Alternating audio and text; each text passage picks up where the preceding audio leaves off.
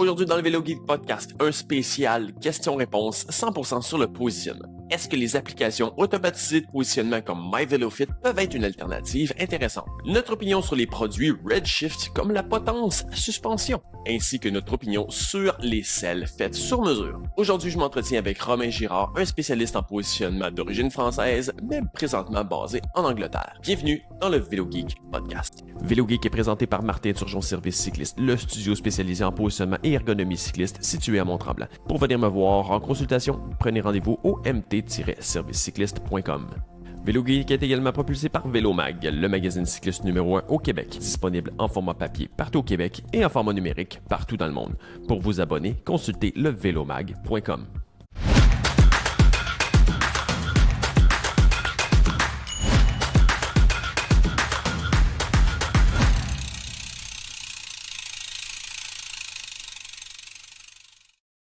Hey, merci Romain d'être là avec moi aujourd'hui pour répondre aux questions, des bonnes questions que j'ai eues des auditeurs et surtout la première question parce que je crois que tu as eu vraiment une expérience très particulière avec ça. Dans le fond, je vais nommer la première question, c'est « Bonjour Martin, que pensez-vous des applications comme MyVeloFit études posturales réalisables en ligne pour moins de 100$? » Donc, moi, j'ai une opinion extérieure de point de vue concept, je l'observe, mais toi, tu l'as carrément expérimenté dans ta pratique en positionnement. Dans le fond, t'as fait des tests.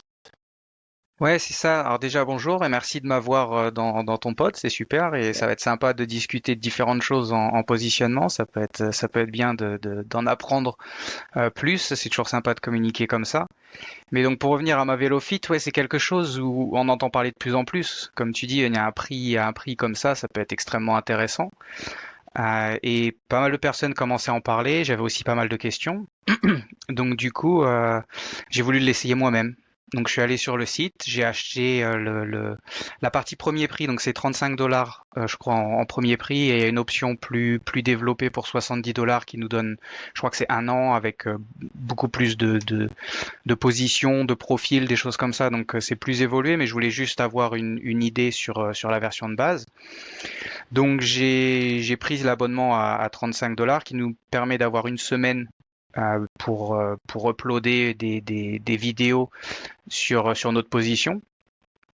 Donc, tu Et donc l'as je l'ai fait en vraiment 2 fois. analysé d'un point de vue de ton œil de spécialiste en positionnement, mais avec toute l'ouverture d'esprit par rapport aux résultats, finalement. Ouais, c'est ça. Bah, j'ai voulu juste dire, voilà, je me mets sur le vélo, je fais un enregistrement, je me mets dans l'impôt d'un cycliste lambda qui fait pas d'études posturales et qui veut avoir une étude posturale avec ce système-là. Euh, donc je l'ai utilisé en 2 fois. La première fois tout seul. Là où par contre j'ai pas très bien démarré parce que j'ai démarré d'une position qui était pour moi bonne. J'ai été sur mon kick bike qui était déjà réglé pour moi. Et donc du coup c'était quand même intéressant de voir les commentaires, mais c'était pas peut-être pas réaliste d'une position qui peut être fausse du début. Mais donc la deuxième fois où donc je suis allé voir un collègue Tony où là on a fait des essais ensemble et on a volontairement démarré d'une position d'un vélo qui était beaucoup trop grand pour justement voir enfin beaucoup trop grand et voir quelles étaient les remarques et les commentaires et les conseils de l'application. Et donc si on oublie le premier, parce que bon, c'est intéressant, mais on le retrouve aussi sur le deuxième, donc c'est autant parler de celui-là. On est démarré d'une position trop haute et d'un guidon trop loin, et aussi potentiellement trop bas, mais c'était pas encore ça, ça allait un peu, mais on était vraiment trop loin. Là aussi, on était sur un vélo spécialisé pour faire des études posturales, donc ça permet de faire des ajustements rapidement et facilement. Et donc on a fait la première vidéo, on l'a mis dans le système et là pareil, c'était vraiment de se baser. Nous en tant que spécialistes du positionnement, on ne change rien, on fait simplement ce que l'application nous dit. Et au final, on a fait 5 vidéos parce que sur la première option, on peut faire que 5 vidéos par jour. Donc on a fait les 5 et puis on s'est arrêté là. Mais on est arrivé à une hauteur de selle qui était à peu près correcte. Je crois qu'on était encore 10 ou 12 mm trop par rapport à ma selle, à hauteur de selle optimale. Mais on va dire que bon, dans l'absolu, 10 mm, c'est pas énorme, et là, ça devient peut-être un peu plus de la personnalisation et de la préférence. Ça peut devenir Mais même une marge de manœuvre, une marge d'erreur de l'instrument de mesure, des captures de mouvements vidéo à ce point-là. Là. ouais, ouais, exactement, ouais. Mais donc du coup, 10 mm dans l'absolu, c'est pas trop, c'est pas trop loin, quoi. C'est pas Non. parfait, mais je sais exactement ce qu'il me faut. Mais pour quelqu'un qui était très loin de sa position idéale, arriver à peu près 10 mm, on est quand même plutôt correct. Euh, Par contre, là où ça posait problème, c'était sur le guidon. Parce qu'on a fait la première vidéo et on nous disait de ramener le guidon de 10 mm et l'augmenter de 10 mm. Et sur la deuxième vidéo, pareil. Donc on revient de 10, on remonte de 10. Et sur la troisième et sur la quatrième. Donc au final, on a reculé le guidon de 40 mm et on a remonté le guidon de 40 mm. Donc sur un outil spécialisé comme celui qu'on avait, ça ne pose pas de problème. Mais par contre, si on est juste sur son vélo, ça fait 4 potences. Ça fait des cales qui ne sont pas forcément disponibles pour augmenter suffisamment en hauteur. Donc ça peut devenir très cher, très problématique, surtout si en plus on a des câbles intégrés à la potence et une potence intégrée au guidon. Là, c'est même pas la peine, il n'y a pas de flexibilité.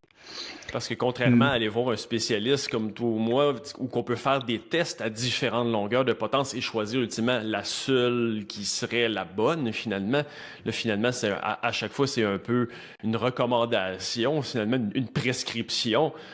Mais comme dans ton cas, on a vu, ça a été 4 prescriptions consécutives, finalement.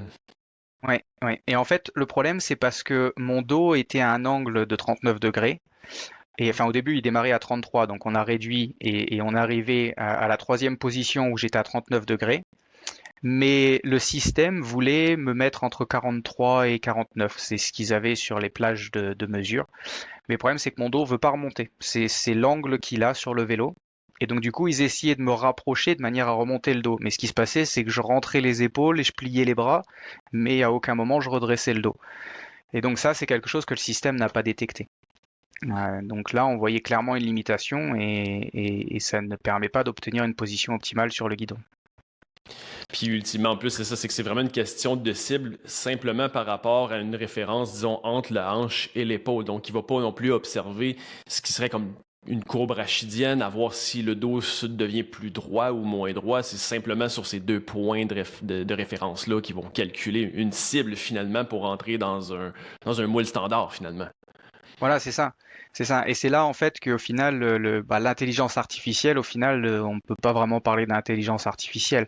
Ça reste un programme, au même titre que Retool ou bikefitting.com ou Mm. Guru, enfin, STT, il y en a plein, mais ça reste, voilà, quelque chose au même niveau, où on va avoir certains points sur le corps, mesurer des angles et essayer d'adapter le corps entre ces angles-là et d'obtenir quelque chose au final qui soit cohérent par rapport à l'objectif. Mais voilà, ça reste sur des données théoriques. Mais c'est là où justement, si l'intelligence artificielle, s'il y avait vraiment une intelligence artificielle, ça aurait été capable de détecter que mon dos ne bougeait pas plus. Et de dire, d'accord, bon, donc ça devient la mesure correcte. Maintenant, on va adapter les autres et voir comment les autres mesures réagissent. Là, ça pourrait ramener une intelligence artificielle qui, au final, serait assez développée. Parce que là, ils appellent ça de l'intelligence artificielle, mais ultimement, c'est un terme, disons, qui est très populaire, qui est très à la mode, C'est finalement, mais marketing.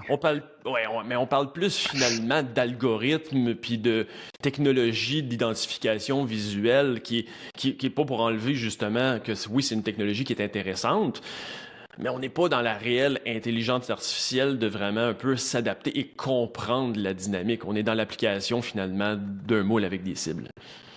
Oui, c'est ça. C'est ça. Ça reste.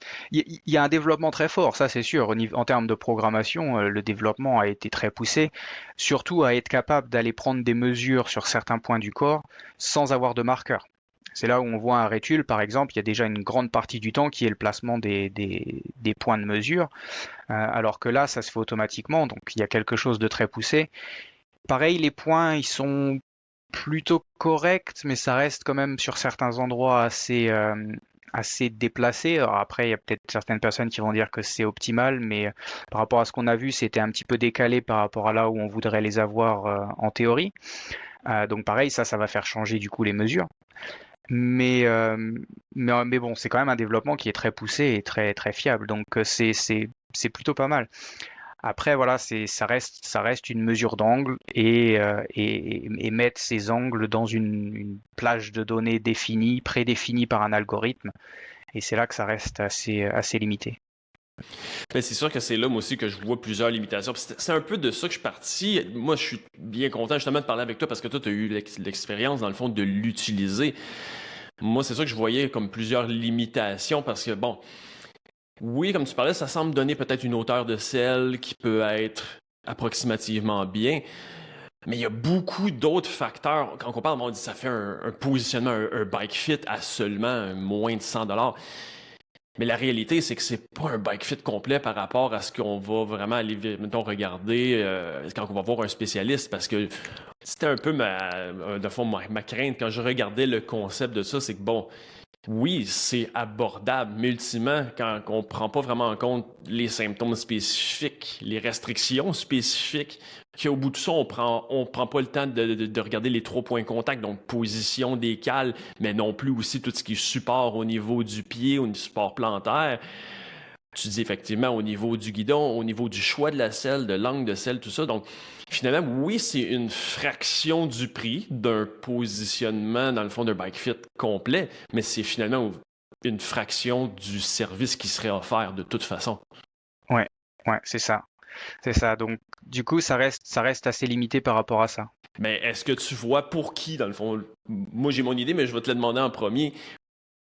À Oh, qui c'est tu penses que intéressant. ce genre de produit-là Mais pourrait s'intéresser? Parce qu'on ne va pas dire que oh non, c'est oui, on a nommé, dans le fond, les limitations. je dirais un débutant, ça peut être pas mal. Juste pour avoir déjà une idée, alors précise ou moins, plus ou moins précise, ça reste à définir, mais d'avoir un petit peu une idée positionnement de la selle, par exemple, comme j'avais dit, alors c'est sur un échantillon de 1. Après, je sais pas exactement comment ça se passe sur Ouais. plusieurs personnes, mais ça peut, pour quelqu'un qui est complètement débutant, lui donner une zone qui peut être pas trop mal. Et ça peut aussi permettre de comprendre. Je pense que c'est plus de ce côté-là qu'il faut voir l'application, c'est-à-dire que il va nous donner des choses à changer, et si on est attentif au changement et à la manière de réagir du corps, ça peut être une forme d'apprentissage qui va permettre au cycliste d'aller ajuster lui-même certaines dimensions sur le vélo par rapport à ce qui s'est déjà passé pendant l'étude. On va dire, ah bah, on m'a fait prendre le guidon plus près, ah, je me sentais un peu mieux, il y avait un changement sur la répartition des masses ou des choses comme ça, donc ça permet d'avoir un apprentissage. Et ça peut être utile.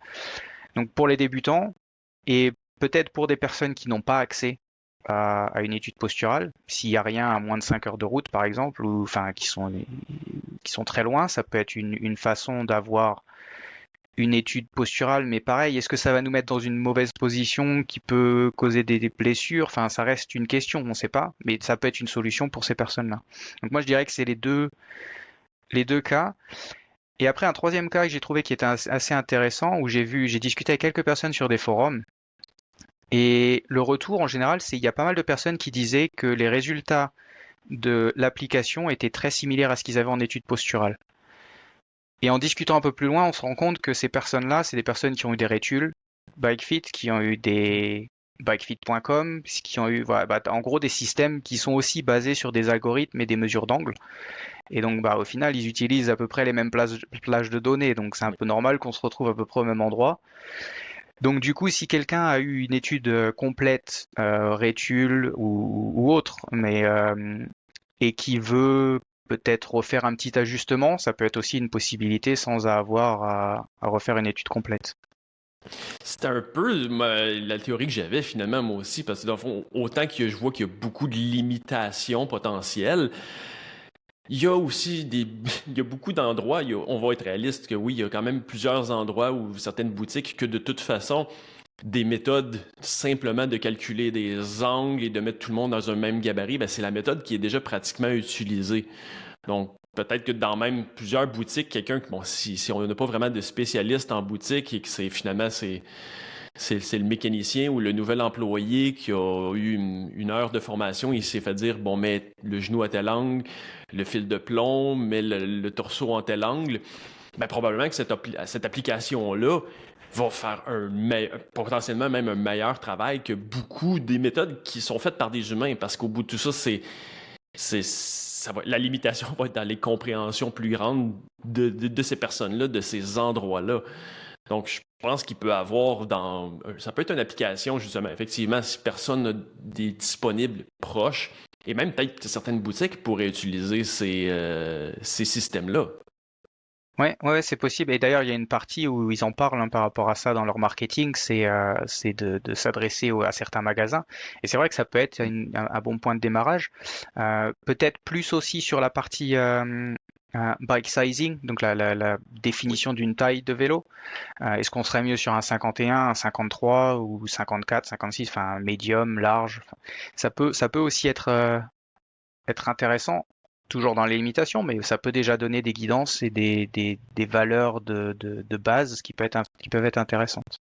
Moi aussi, il y a peut-être une autre application que je pourrais suggérer aux gens en fait qui voudraient économiser encore plus d'argent, parce que si on est juste dans un système, dans le fond, de prise de capture vidéo et de mettre tout le monde dans un barème d'angle, ben, si on veut se donner juste un petit peu plus de temps, finalement, moi, je connais l'application qui est sur le web de MotionYsis, MotionYsis.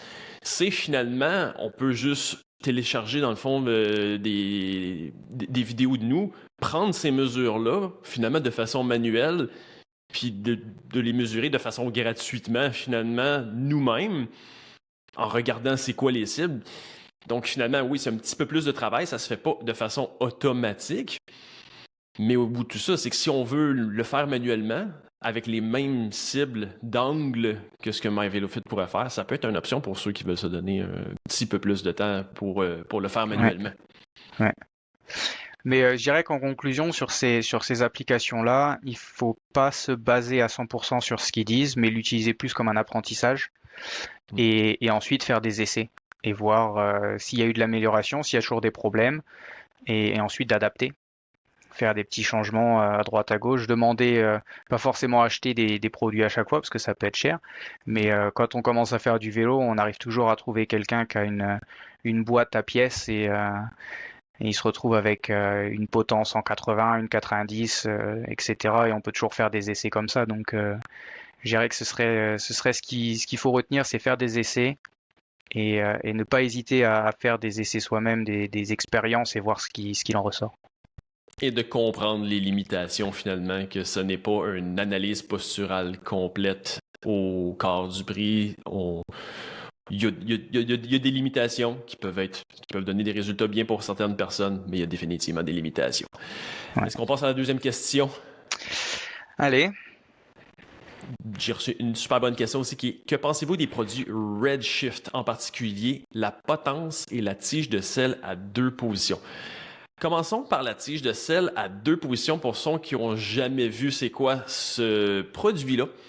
C'est vraiment un système qu'on peut faire basculer très rapidement, presque sur le même principe qu'on pourrait dire d'une tige de sel télescopique, mais plutôt que d'ajuster la hauteur rapidement, c'est le recul de sel. Donc vraiment, en faisant très rapidement juste un petit un switch finalement, on gagne, je me rappelle plus combien, facilement 50 mm, on devance de 50 mm vers l'avant ou l'arrière le recul de sel. Moi, je pense que c'est quelque chose qui est quand même assez limité comme application, qui peut être utile pour certaines personnes. Je pense qu'on en a déjà parlé. Toi, ce serait pour quelle personne que tu trouves que ça pourrait être utile? L'ultra distance. Pour moi, c'est le marché. L'ultra distance ou la double utilisation du vélo. Mais dans les deux cas, le point commun, c'est les skis, enfin les barres aéro pour venir se mettre en position aérodynamique. Parce que quand on arrive sur cette position-là, il faut bien souvent, enfin, on va faire tourner le bassin, on va avoir ce mouvement de rotation vers l'avant. Et donc du coup, on va bouger vers l'avant sur la selle. Donc avoir la selle qui nous suit dans ce mouvement-là, ça peut avoir un avantage. Et en plus, ce qui est bien avec ce système-là, c'est qu'il avance, mais il ajuste aussi la hauteur de selle. Donc on a toujours la même extension sur les jambes. Donc ça, c'est une bonne compensation. Mais je dirais que c'est l'utilisation. Si on a euh, les barres aéro sur le cintre, là, ça peut être un avantage. Après, je trouve que c'est assez limité dans d'autres utilisations. Ben moi, tu vois, ce qui me venait plus en tête en premier, toi tu parlais d'ultra-distance, c'est peut-être quelque chose sur un monde lequel tu te baignes plus. Moi ici à Tremblant, avec la clientèle que j'ai ici, c'est beaucoup une clientèle aussi, j'ai quand même plusieurs triathlètes. Et je pense que ça aussi, ça peut être une clientèle, disons, quelqu'un qui veut débuter en triathlon, qui a un vélo de route, qui veut pouvoir garder sa position de route, mais pouvoir s'entraîner de façon occasionnelle, justement, pouvoir utiliser des aérobars encore là sur son vélo de route. Parce qu'on revient finalement pourquoi le commun du aérobar. C'est comme tu dis, c'est aussi une question bon, d'angle du bassin. Une fois qu'on est dans l'aérobar, la position idéale de la selle dans l'aérobar ne sera pas la même que sur la position de vélo de route. Ça demande une grosse amplitude de mouvement, une grosse polyvalence finalement au niveau de l'amplitude de mouvement et de l'angle du bassin.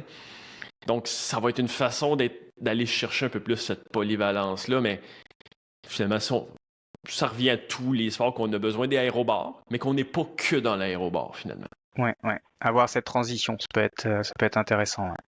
Oui. Puis, tu avais amené un bon point aussi. Est-ce que tu aimerais ça avoir un produit comme ça, mais plutôt changer le recul de selle qui change l'angle de selle? Ouais, ça, ce serait plus intéressant pour pour les vélos de route.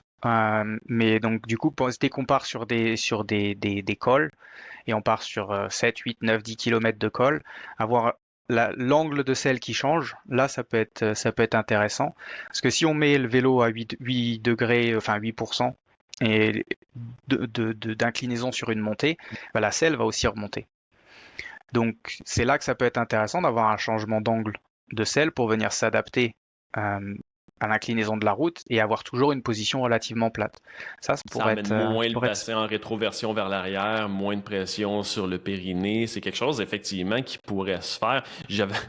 S'il y a une compagnie, en quelque part, qui voudrait essayer, ça pourrait même quelqu'un qui a de l'argent et qui voudrait vraiment s'acheter un produit haut de gamme, ça pourrait même techniquement être électronique et qui s'ajuste et qui reste toujours parallèle par rapport à l'horizontalité et qui reste toujours, qui s'adapte en fonction s'il voit que le vélo est à 8 degrés, mais de toujours s'ajuster presque automatiquement. Ça va Ça peut-être pourrait être ramener un possible. peu trop de poids. Exactement. Puis je serais à peu près sûr qu'il doit y avoir des limitations au niveau règlement dans le UCI qui doit restreindre ce genre de produit-là définitivement aussi. Mais effectivement, je sais que j'ai déjà vu des produits comme ça qui existent en vélo de montagne. C'était pas comme ajustable à plusieurs degrés, c'est un peu telle une tige télescopique. Dans le fond, c'est deux positions d'angle qu'on pouvait rapidement changer de haut en bas. C'était en vélo de montagne, parce qu'en vélo de montagne, je pense qu'aussi, dépendant des circuits, ça peut être quelque chose d'intéressant parce que souvent les pourcentages sont souvent encore plus élevés qu'en route.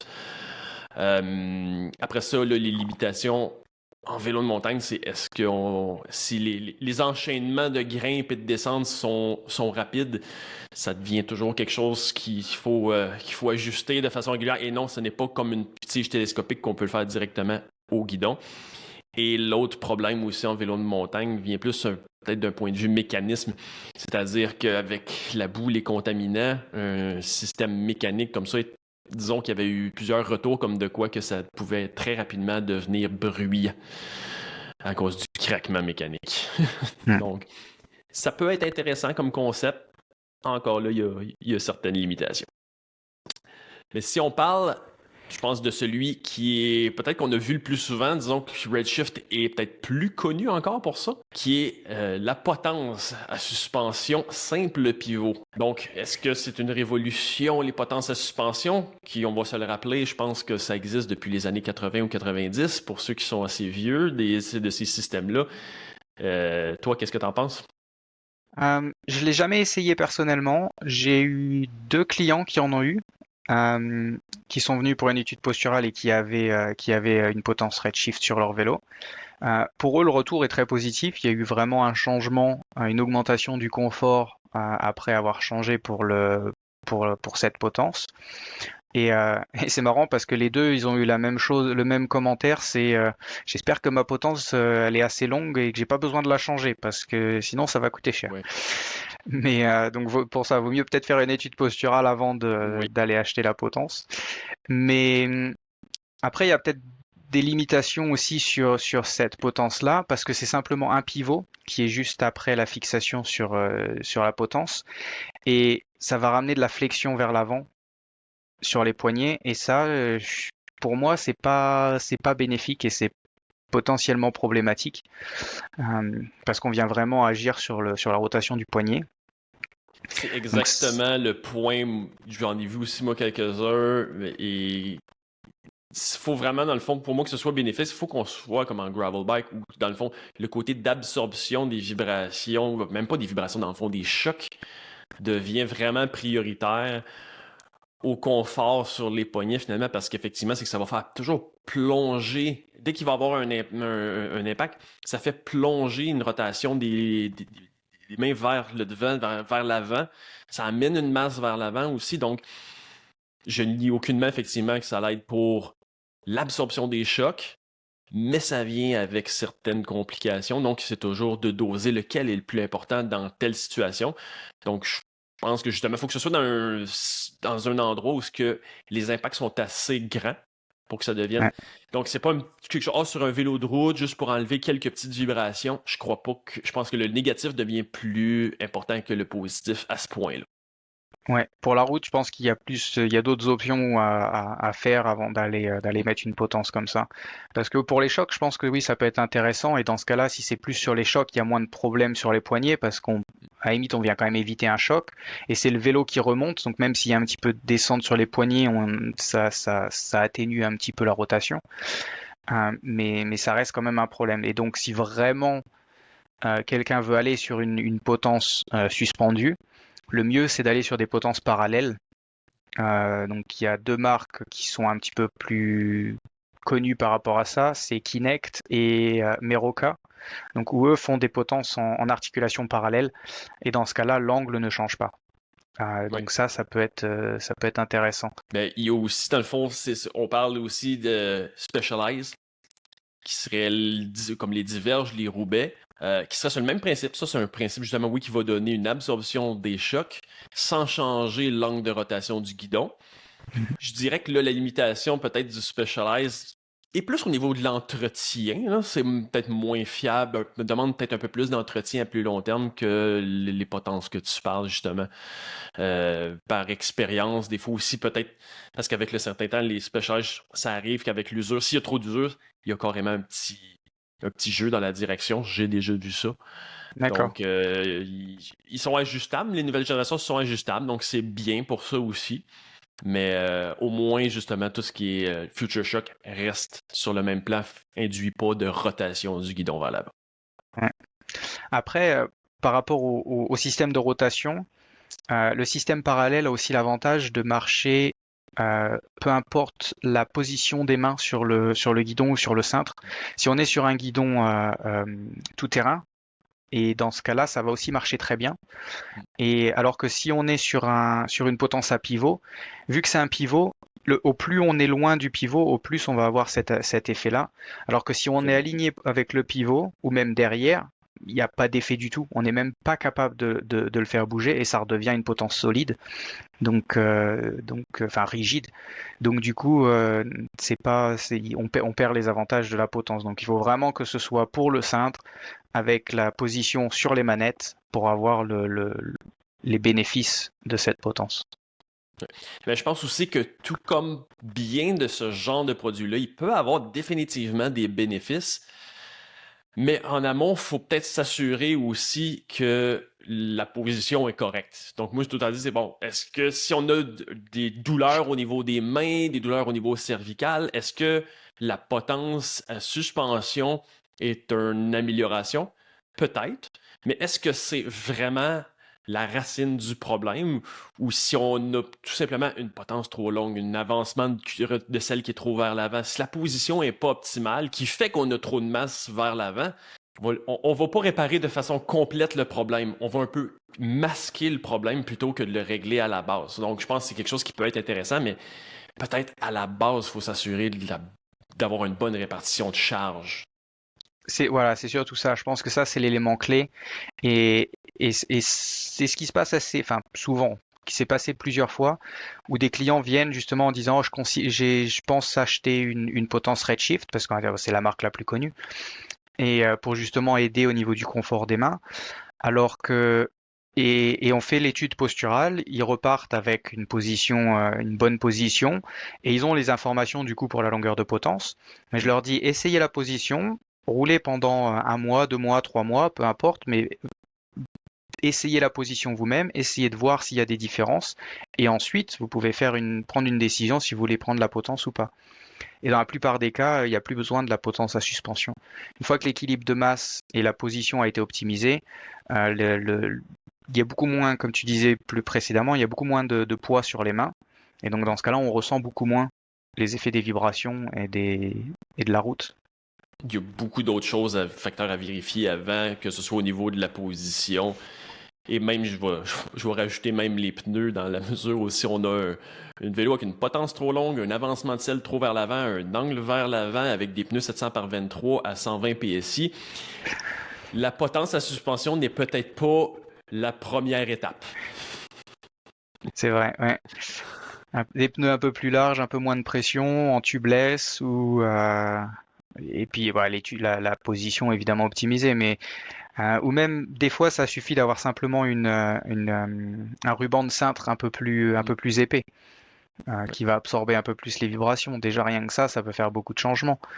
Mais oui, il y a beaucoup de choses à faire avant de considérer ça. Donc, un produit qui peut être intéressant, mais il y a peut-être d'autres options à considérer si on veut ce genre de produit-là que la compagnie Redshift, qui serait peut-être pas notre premier choix finalement.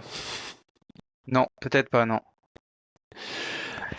Dernière question, qui va être une question de selles sur mesure. Quelqu'un qui me dit, connais-tu les selles Debia? C'est une compagnie française que je connaissais pas là-bas. Elles sont faites sur mesure selon une empreinte de nos fessiers. Est-ce que tu as déjà travaillé avec des selles sur mesure, toi, personnellement? Non, non, pas du tout. J'en ai entendu parler. Je connais quelques personnes qui ont fait des essais avec des selles sur mesure, mais jamais essayé moi-même et j'en ai jamais vu non plus. Honnêtement, c'est quelque chose qui peut être un avantage pour certaines personnes. Je reviens un peu à ce qu'on a dit tout à l'heure.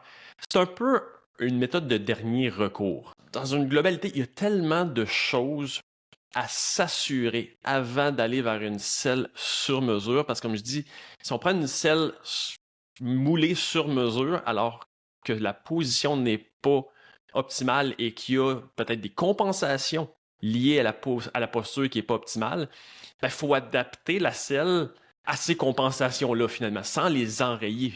Oui, ouais, ouais, tout à fait. Et c'est assez commun d'ailleurs d'avoir des clients qui viennent avec des problèmes de selle et la selle qui est très problématique, qui va poser des douleurs, des engourdissements, des gènes, et puis donc directement la première question c'est est-ce que vous avez des selles que je peux essayer?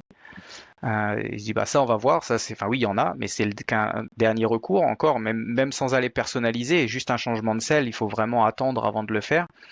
Et dans une grande majorité des cas, la selle qui est sur le vélo va très bien, simplement parce qu'elle était dans une mauvaise position. Et du coup, on interagit d'une mauvaise façon avec la selle et c'est ça qui cause les problèmes. Alors que la selle en elle-même va très bien. Après, si la position est bonne et qu'il y a toujours des problèmes, là, il faut voir pour faire quelque chose. Pour moi, ça, c'est la bonne approche. Puis moi, j'ai tout le temps dit, c'est la dernière étape, finalement. Regarder la selle. Je veux juste m'assurer que tout le reste est dans la bonne position avant de faire la selle. Et je, je vais prendre ce parallèle-là pour peut-être lancer une petite pierre à Retool, justement, que j'ai travaillé avec. C'est une très bonne technologie. C'est rien contre le concept en général, mais disons, eux, les méthodes qu'ils proposent, c'est de changer la selle en premier. On va pas se le cacher, c'est parce que Retool appartient à Specialized, donc c'est une belle façon de vendre des selles. Mais la réalité étant, ça devrait jamais être là pour moi la première étape, parce que de toute façon, tout peut tellement varier. Donc, petit parallèle sur le choix de selle qui n'est pas nécessairement le problème n'est pas toujours par rapport à la selle. Mais si on revient sur les selles sur mesure, donc j'ai un petit peu fouillé sur ces selles-là en particulier, les Debia, qui est de prendre un peu une empreinte. Mais comme je dis, à la base, de prendre une empreinte statique, mais de vouloir en faire une application dynamique, pour moi, c'est là où ce que il peut vraiment, ça peut vraiment amener, en quelque part, ça peut amener vers tellement de fausses pistes. C'est là pour moi qu'il y a une limitation, que l'ergonomie de la selle va avoir vraiment priori par rapport à avoir quelque chose de 100% sur mesure. Oui, c'est vrai, ça peut être un problème. Et donc déjà, il y a le problème de passer de statique à dynamique, mais il y a aussi le problème de la position pour l'empreinte en elle-même. Est-ce que la position est la même que la position sur le vélo? Comme on disait déjà avant avec la tige de selle qui permet d'adapter la position de la selle, la ravancer pour avoir une position plus, quand on est sur les aérobars, et avoir une position plus zéro et plus vers l'avant. Si on est plus ou moins flexible, on va faire tourner le bassin plus ou moins. Et à quel angle la prise d'empreinte, l'empreinte est prise? Enfin, je sais pas trop. J'ai vu que j'ai pas d'expérience, je peux pas vraiment savoir. Mais ça, c'est quelque chose où il faut être très attentif. Si on est quelqu'un de très flexible et avoir une position très agressive sur le vélo, on va avoir un bassin qui va peut-être être tourné plus vers l'avant. Et dans ce cas-là, on va interagir différemment avec la selle et l'empreinte doit être faite d'une manière différente. C'est Donc que ça va ça peut rendre, aussi dans le fond, changer. la polyvalence de la selle beaucoup plus restreinte. C'est que le confort va venir à une position très spécifique, ce qui peut être bon pour certaines personnes. Je pense à des ultra-distances où ce que, oui, on est principalement à une seule sorte de position, peut-être dans certains cas. Mais ultimement, si on veut avoir une dynamique, et là on parle simplement d'angle du bassin, mais il ne faut pas oublier non plus que latéralement, le bassin a toujours un basculement, donc on ne peut pas prendre une empreinte, encore là, statique d'un bassin qui va bouger aussi. Donc c'est toujours là un peu pour moi la restriction. Donc s'il y a vraiment des asymétries, des problèmes spécifiques, surtout quelqu'un qui va avoir un problème vraiment d'avoir mettons, un ischion qui va être vraiment plus douloureux que l'autre, ça peut être justement une option. Mais encore là, faut pas penser que c'est vraiment l'option que tout le monde devrait aller vers les selles sur mesure, ça va régler les problèmes de tout le monde va être confortable sur des selles, sans vraiment avoir une attention à la posture et à l'ergonomie. Moi, un produit que je pense qu'il peut avoir peut-être un petit peu plus dans l'avenir, je serais curieux de l'essayer, qui est une compagnie canadienne, qui est la compagnie Reform. Donc, qui est un peu dans un entre-deux. C'est pas une empreinte, justement. C'est une mousse qui, on va pouvoir le brancher de façon électrique, qui fait que la mousse se chauffe, se ramollit. On pédale, donc de façon dynamique. Il demande d'avoir plusieurs angles de bassin, finalement. On demande d'aller dans les drops, on demande d'aller sur le dessus. Donc, tout est fait de façon dynamique à différents angles de bassin. Et une fois qu'on a terminé, on enlève la chaleur et ça va un peu se refroidir et se redurcir en fonction de l'empreinte qui va être prise de façon dynamique. Donc ça, je pense que c'est déjà un concept que je n'ai pas essayé encore. Je vais probablement essayer de rejoindre Reform pour en faire l'essai, qui peut déjà être plus avantageuse. Mais au-delà de ça, n'empêche que, même si je fais ça avec une mousse, avec une selle qui n'aurait pas la bonne longueur, la bonne ondulation, la bonne forme latérale, la bonne coupure, Ça on marchera pas. arrive dans une impasse quand même. Et ça nous ramène aussi sur un autre point, c'est que le marché est déjà saturé de selles. Il y a les plus gros physiques ou San Marco ou Selle Italia. Déjà, rien qu'avec ces trois marques-là, il y a énormément de choix. Et c'est une probabilité proche de 100% de trouver au moins une selle qui va nous convenir. Et même si ça convient pas, il y a des selles un peu plus spécialisées comme SMP où là on va avoir des techniques un petit peu différentes, une progression un peu différente, mais enfin pour moi c'est mes préférés, mais donc c'est quand même un petit peu plus spécialisé. Ou après il y a même des selles niches comme la Infinity, par exemple, qui est assez bizarre. Je sais pas si tu en as déjà vu en session, mais Je vais répéter la réponse que j'ai dit souvent, c'est que je suis le premier à me rendre compte que elle peut avoir des bénéfices pour certaines personnes spécifiques. J'en ai jamais vu physiquement, mais juste à regarder le concept, je trouve c'est intéressant. Je crois que c'est vraiment pas pour tout le monde. Je pense qu'il y a un mérite. Euh, pour moi, en France, je sais pas c'est quoi. En Europe, je sais pas c'est quoi. Toi, en Angleterre, je sais pas c'est quoi. Nous, ici, en Amérique du Nord, du moins, c'est qu'il y a un service à la clientèle qui est complètement absent. Donc, c'est presque plus. J'ai essayé d'en avoir sans je avoir crois que de c'est retour. une. J'ai eu aucun retour. Puis c'est une compagnie américaine pourtant. Ouais, ouais, c'est ce que j'allais dire, ouais, c'est américaine. J'en ai vu deux enfin, je connais plusieurs personnes qui font de l'ultra distance. Donc on parle du TCR par exemple, hein, donc Oui. transcontinental. Donc ça c'est quand même une épreuve assez extrêmement longue et dure. Et apparemment c'est une salle qui est très populaire sur de l'ultra distance. Oui. Et j'en ai vu deux en session.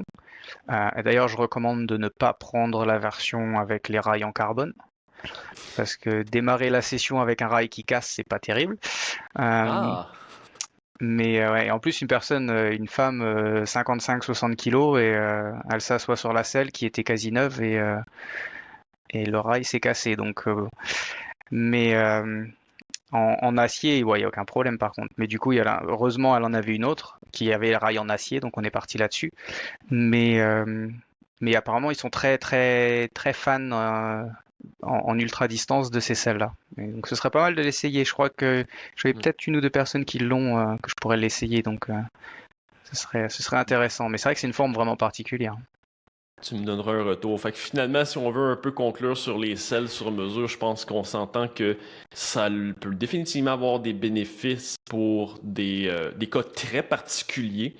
Mais encore là, il faut vraiment avoir fait un travail en amont d'éliminer tous les autres potentiels autres problématiques, vraiment tout d'éliminer les dynamiques et de vraiment de trouver que c'est la seule solution, finalement, pour avoir essayé Oui, beaucoup ou de se choses. faire Ce qui plaisir. fait que, ouais.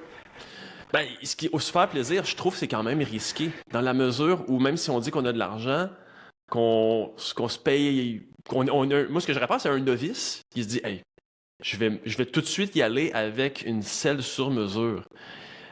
Et que cette selle sur mesure-là va avoir été faite sans nécessairement avoir pris en compte la dynamique de la posture et du positionnement global.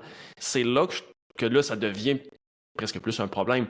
Mais si on fait tout le travail en amont, et c'est pour ça aussi que je pense que il faut qu'ultimement ce soit idéalement un spécialiste en positionnement qui arrive au verdict de dire oui, là, je crois au niveau où on est rendu, une selle sur mesure devrait être la meilleure option et que ce soit pas simplement juste de prendre une empreinte puis que ce soit quelque chose qui est fait outre-mer ou quoi que ce soit. Je pense qu'il faut qu'il y ait une dynamique vraiment spécifique qui est prise en compte dans la formation de cette selle-là.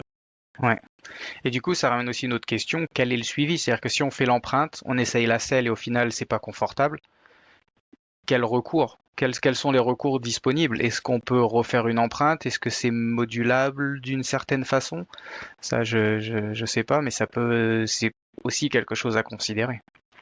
À s'assurer, parce qu'effectivement, sans parler on parlait de cette compagnie de celle-là, mais j'ai déjà entendu des cas de finalement, et de point de vue commercial, c'est presque compréhensible que, bon, une fois que c'est créé sur mesure, il n'y a peut-être pas nécessairement de façon de se faire rembourser si quoi que ce soit on n'est pas satisfait du produit, qui est dans le fond, avec les selles traditionnelles, il y a toujours toujours des garanties possibles. Donc, oui, c'est toujours à penser en plus des coûts qui sont quand même passablement élevés. Ben, on a fait le tour des quelques questions ici pour positionnement très intéressantes. Puis, ben, je te remercie beaucoup, Romain. J'espère qu'on va se revoir pour peut-être d'autres, s'il y a des gens qui vont avoir d'autres questions au niveau positionnement. Romain, toi, si tu veux, c'est où qu'on peut te voir? Les gens peut-être aimeraient ça que tu sois en France, mais présentement, tu n'es pas en France. Tu es où? Alors oui, pour l'instant, je suis en Angleterre, à Swindon. Mon site internet, c'est getabikefit.com. Donc si vous parlez anglais, allez faire un tour. Et il y a aussi des liens sur quelques vidéos YouTube que j'avais fait avec un YouTuber sur Londres. Donc ça peut être pas mal. Pareil, c'est en anglais. Je crois que les sous-titres marchent pas mal en traduction maintenant sur YouTube. Donc ça peut être aussi intéressant de mettre les sous-titres en français. Mais là, j'ai justement le projet de peut-être de voir un petit peu ce qui se passe sur le marché français et d'offrir mes services en France aussi. Donc, s'il y a des personnes intéressées, n'hésitez pas à rentrer en contact et ça peut être un bon début. C'est une invitation à ça, parce que je pense qu'en France, effectivement, je me fais souvent demander des références. Ça me ferait plaisir. Et pour ce qui est du sous-titrage, effectivement, par expérience, j'aurais tendance à croire que le sous-titrage anglais marche mieux. De anglais à sous-titrer français marche souvent mieux que de québécois à sous-titrage français. Intéressant, c'est intéressant ça. Il y a des choses qui se perdent dans nos façons de parler. Donc, hey, merci beaucoup, Romain, et j'espère qu'on se revoit. Merci beaucoup et à bientôt, j'espère. Salut. Merci à Romain pour cet entretien et je vous laisse dans la description les liens pour en savoir plus sur son travail. Et évidemment, si vous avez des questions, la meilleure façon, c'est de les poser sur les différentes vidéos de la chaîne YouTube de Martin Turgeon Service Cycliste. Et je vous dis à la prochaine. Vélo Geek est présenté par Martin Turgeon Service Cycliste, le studio spécialisé en positionnement et ergonomie cycliste situé à Mont-Tremblant, avec une approche personnalisée, des technologies comme la cartographie de pression de selle et les capteurs de mouvement dynamique, et bien entendu, mon expérience et savoir-faire. Le confort et l'optimisation de votre vélo vous attend. Pour venir me voir en consultation, prenez rendez-vous au mt-servicecycliste.com. Vélo Geek est également propulsé par Vélomag, le magazine cycliste numéro 1 au Québec. Guide d'achat, banc d'essai, guide d'activité, voyage, nutrition, entraînement, trucs de pro, Vélomag aborde le vélo sous tous ses angles. Disponible en format papier partout au Québec et en format numérique partout dans le monde. Pour vous abonner, consultez levélomag.com.